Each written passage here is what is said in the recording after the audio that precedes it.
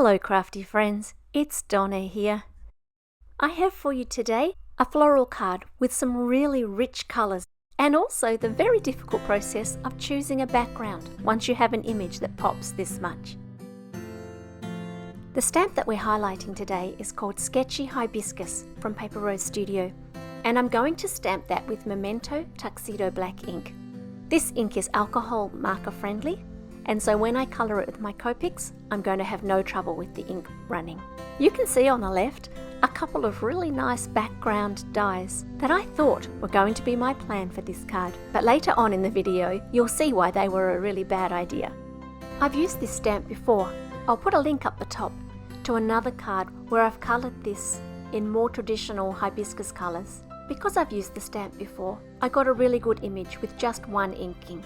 I did have to go back and repress into a couple of areas, but that was all it needed. I have chosen some dark, medium and light colours, but you'll see that my light is really very much in the mid-tone range. I'll pop the numbers of the colours that I used onto the screen. As always, I'm going to edit this video so that you can watch the colouring of one petal with a slightly different shape, one bud and one leaf, and a little look at how I did the stamens. Once you've done something once, it's just a matter of repeating it using the same principles. This stamp has a lot of beautiful lines on it, and I'm using those to guide where I put my darker colours. I'm putting the darkest of the reds, which is deep burgundy, into the centre of the flower, and then stretching that up a little bit along the lines. Then as I work the next colours, I'm working out along those lines, then shading in a little from the edge, again using the lines to stretch the colour in, and then finally filling in the centre with my lightest colour.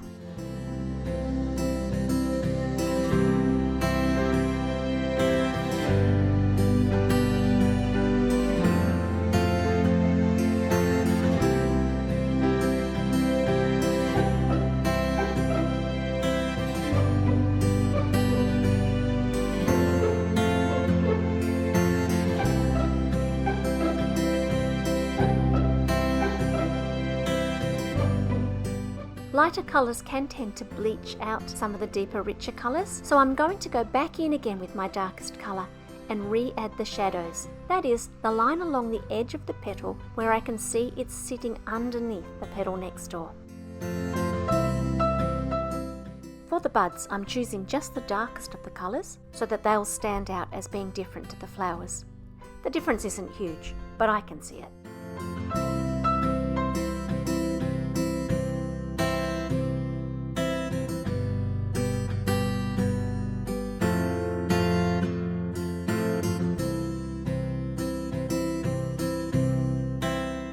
Sometimes, like in the case of this flower, where the petals are all up and over each other, I find it helpful to mark out the shadows first, and then go back and fill in each petal.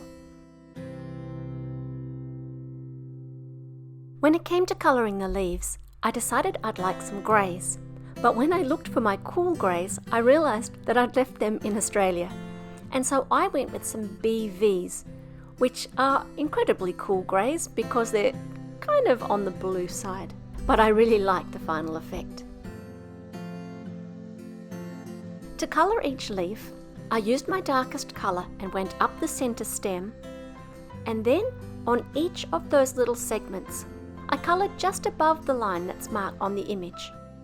Then, using successively lighter markers, I went in and blended those colours outwards and upwards towards the tip a little bit each time. If I ran out of space before I got to the final colour, I didn't let that worry me.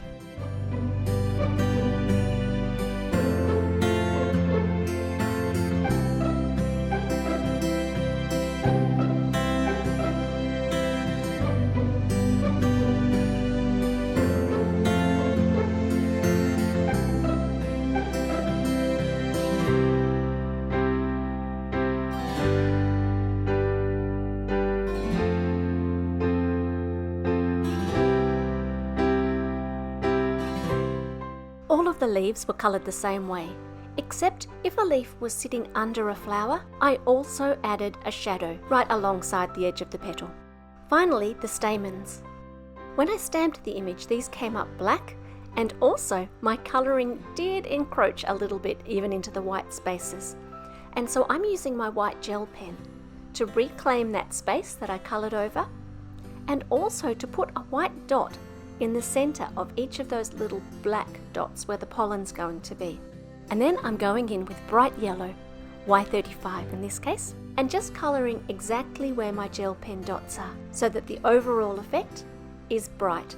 I've actually coloured a little bit outside of the lines so that you can definitely see the yellow. Once the image was coloured, it was time to fussy cut it.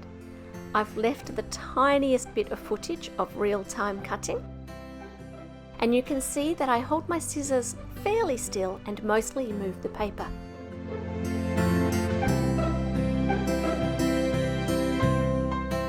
There's nothing like concentrating really hard on an edge to make you see the little boo-boos that you made along the way. And so I'm also using my white gel pen there to cover up some places where I went outside of the lines.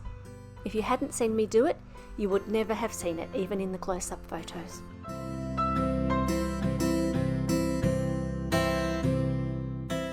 Now we get on to choosing a background, and I had originally planned to use those beautiful background dies. They did get used for another card, but you can see that that background is too busy for such a busy subject.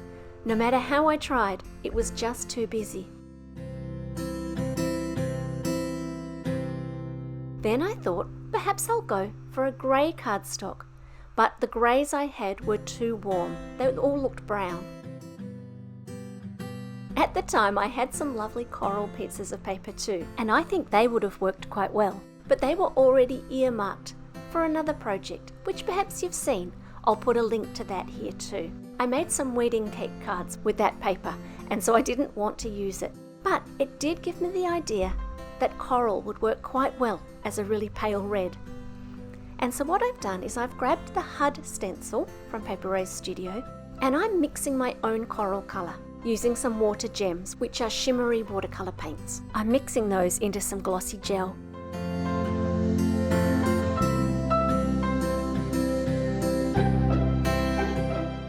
You might like to make a little bit more than this, or you'll end up having to scrape it so thin like I did.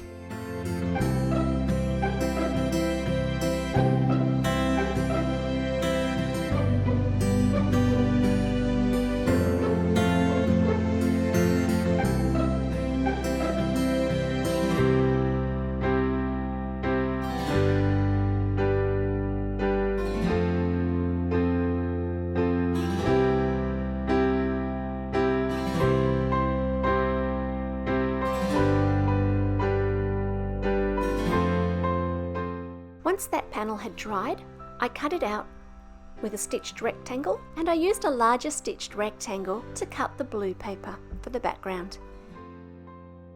I'm going to use a sentiment from the Bright Days Ahead embossed cut-apart sheets, and because it's black on a white cardstock, I'm going around the outside with a black marker to hide the white core of the card.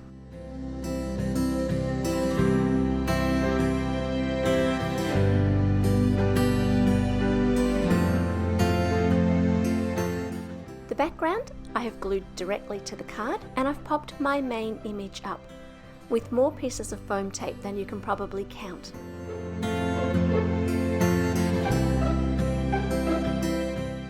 I'm using my usual trick of a piece of square paper as a T-ruler so that I can get my sentiment straight, and the card is finished. I'm going to leave you with some close-up photos of the different aspects of the card, including that background. I hope you've enjoyed this video, and I look forward to joining you again very soon. Until next time, stay safe, stay crafty, and I'll be back soon. Bye for now.